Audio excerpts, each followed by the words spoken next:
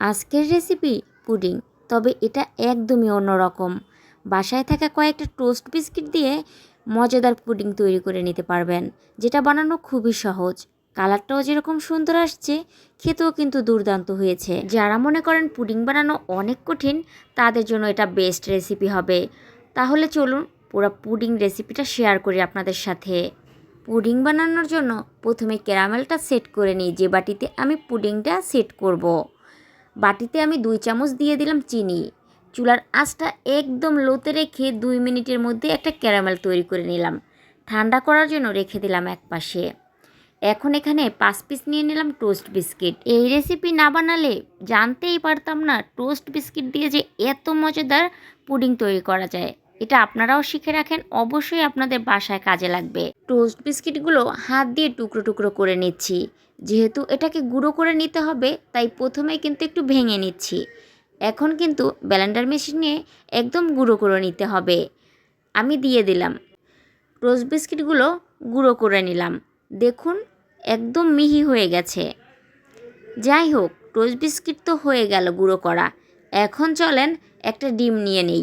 ডিমের মধ্যে একদম সামান্য অল্প একটু লবণ দিয়ে দিলাম। আর এখানে আমি আমার পরিমাণ মতো চিনি দিয়ে দিলাম। এখানে 1 কাপ চিনি দিয়ে দিলাম। আপনারা যদি চিনি কম খান তবে কম দিতে পারেন। এখন কিন্তু সব কিছু একটু মিশিয়ে নিলাম।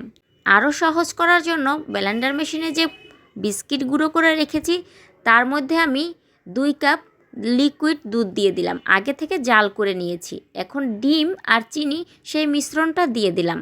এখানে এখন দিয়ে দিলাম ভ্যানিলা এসেন্স।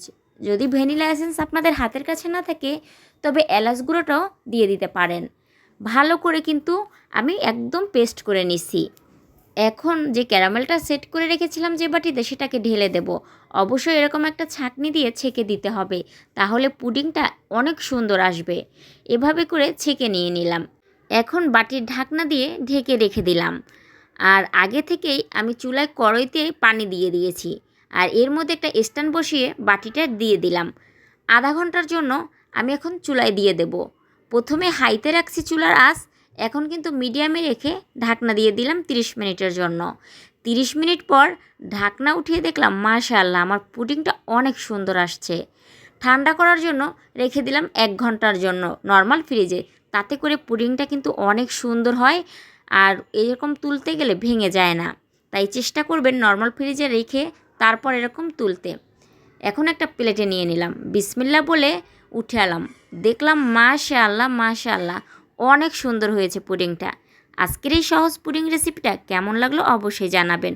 ভালো লাগলে লাইক, কমেন্ট এবং শেয়ার করে দেবেন। আল্লাহ হাফেজ।